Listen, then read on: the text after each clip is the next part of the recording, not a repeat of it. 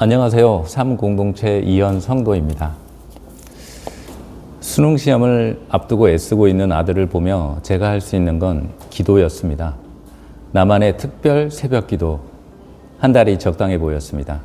30일간의 새벽 기도를 결심하고 수능 날에 맞춰 시작일을 가늠하고 있었는데 시작 전 일주일 동안 아내와 새벽 기도 안내를 담당하게 되어 계획보다 10일을 앞당겨 시작하게 되었습니다. 40일 새벽 기도. 계획에 비해 좀 길어지긴 했지만 40일이라는 숫자가 주는 상징적 의미가 있어 왠지 모를 뿌듯함이 있는 시작이었습니다. 평소에도 일주일에 두세 번은 새벽 기도에 나오고 있어 1, 2주 정도는 평소와 다름없이 기도할 수 있었습니다. 그런데 2주 정도가 지나고 나자 저에게 조금씩 변화가 생기기 시작했습니다. 첫 번째는 신체적인 변화였습니다. 피곤했습니다. 평소에는 퇴근하고 나서 식사하고 운동하고 씻고 책 읽고 쉬다 12시 정도의 잠자리에 들어 6시 정도에 일어나 출근하면 체력적으로 이상은 없었는데 새벽 기도 시작 후에는 기상 시간이 1시간 앞당겨지면서 피로가 쌓여가더라고요. 그래서인지 입안엔 구내염이 그칠 날이 없었습니다. 결국 40일 새벽 기도를 마칠 때까지 퇴근 후 안산천 러닝은 당분간 쉬기로 했습니다. 잠자리에 드는 시간도 가능한 11시를 넘기지 않도록 일과를 조정하기로 했습니다. 두 번째는 정신적인 어려움이었습니다. 좀 불순한 의도를 가지고 기도하고 있는 건 아닌가 하는 생각이 들었습니다. 기복신앙은 한국 교회의 큰 문제 중 하나입니다. 라는 유튜브 영상 속 어느 목사님의 날선 비판의 대상이 바로 나의 새벽 기도인 건 아닌가. 아들 수능과 대입 성공이라는 복을 구하는 이 기도가 과연 하나님 앞에 합당한가 하는 고민이었죠. 아내도 농담처럼 저에게 비슷한 말을 하더라고요.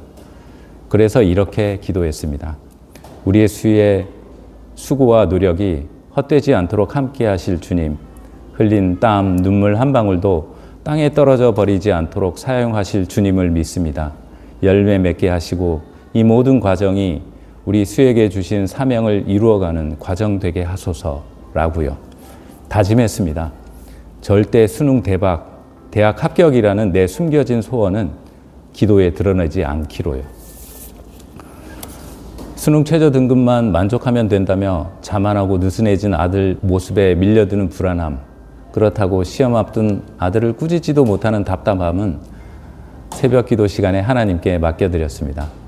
수능날은 아들을 시험장에 데려다주고 교회에서 끝나는 시간까지 아들과 함께하는 마음으로 기도했습니다. 불수능이었습니다. 시험 마치고 나온 아들의 표정도 밝지 않아 걱정했었는데 집에 돌아와 가 책점해보니 목표했던 최저 등급은 맞춰낼 수 있겠다는 아들의 말에 안도할 수 있었습니다. 수능 다음날 금요 찬양 예배와 토요일 새벽 기도까지 감사함으로 기도하고 계획했던 40일의 새벽 기도를 마치면 되겠다 생각했습니다. 기뻤습니다.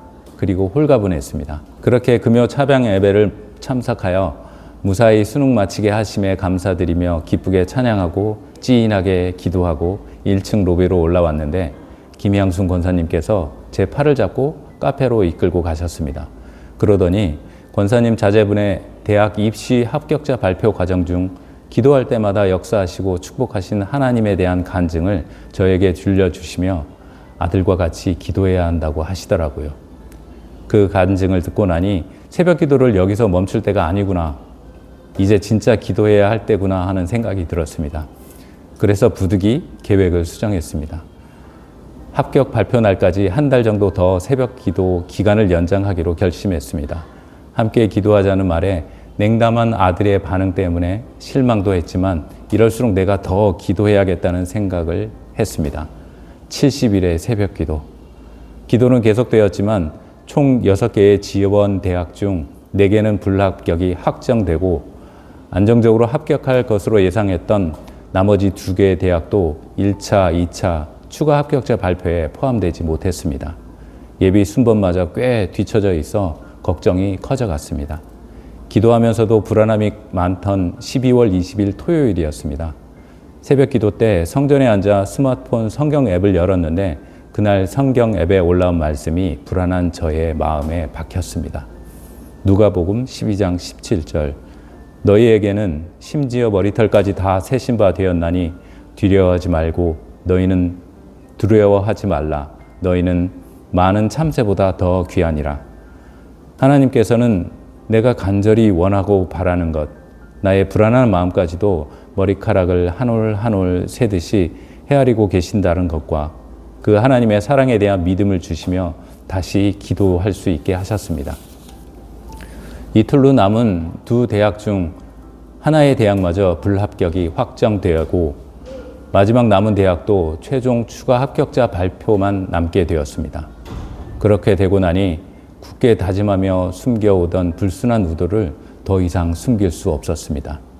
차마 말하지 못한 기도 제목, 우리 아들 대학에 합격하게 해주세요 라는 노골적인 기원의 말이 저희 기도에 불쑥불쑥 튀어나올 수밖에 없었습니다.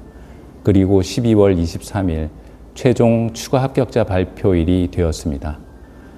새벽 기도 시간 창세기 말씀을 이어서 전하시던 담임 목사님께서 그날 새벽엔 말씀 초반에 다른 성경 말씀을 인용하셨습니다.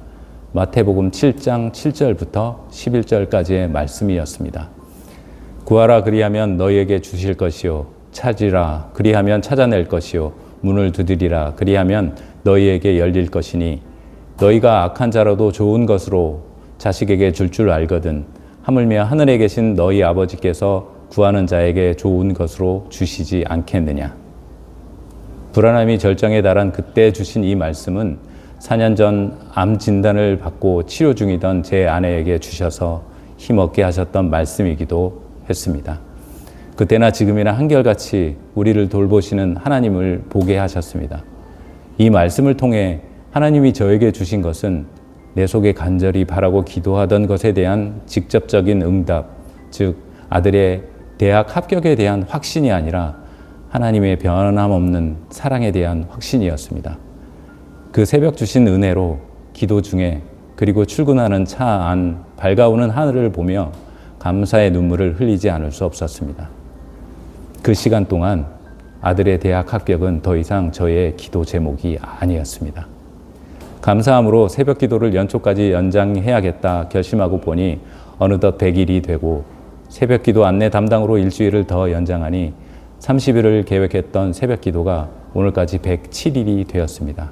그리고 그 마무리는 감사함으로 하나님과 약속했던 이 간증이 될 것 같습니다. 교회 다니기 전 제가 감명 깊게 읽었던 책에서 작가는 사랑을 이렇게 정의합니다. 사랑은 경작되는 것이다 라고요.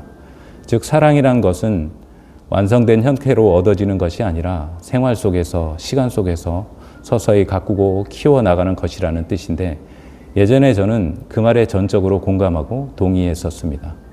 하지만 예수님을 믿고 신앙생활을 하면서 생각이 좀 달라졌습니다. 반은 맞고 반은 틀린 것 같습니다. 제가 새벽 기도를 통해 하나님과 함께하는 시간을 더해가면서 하나님을 더 깊이 알게 되고 사랑하게 되었던 것처럼 하나님을 향한 우리의 사랑은 우리의 삶 속에서 하나님과의 시간 속에서 경작되어지는 것이 맞는 것 같습니다. 하지만 예수 그리스도의 보혈로 우리를 구원하신 하나님의 사랑은 저로 알게 하셨던 것처럼 예나 지금이나 변함이 없으시며 이미 확정하시고 완성하셨습니다. 다만 우리가 그 사랑을 다 알지 못할 뿐인 것 같습니다. 그러니 그 정의는 하나님의 사랑에 대해서는 틀렸습니다. 요한일서 4장 19절 우리가 사랑함은 그가 먼저 우리를 사랑하셨음이라.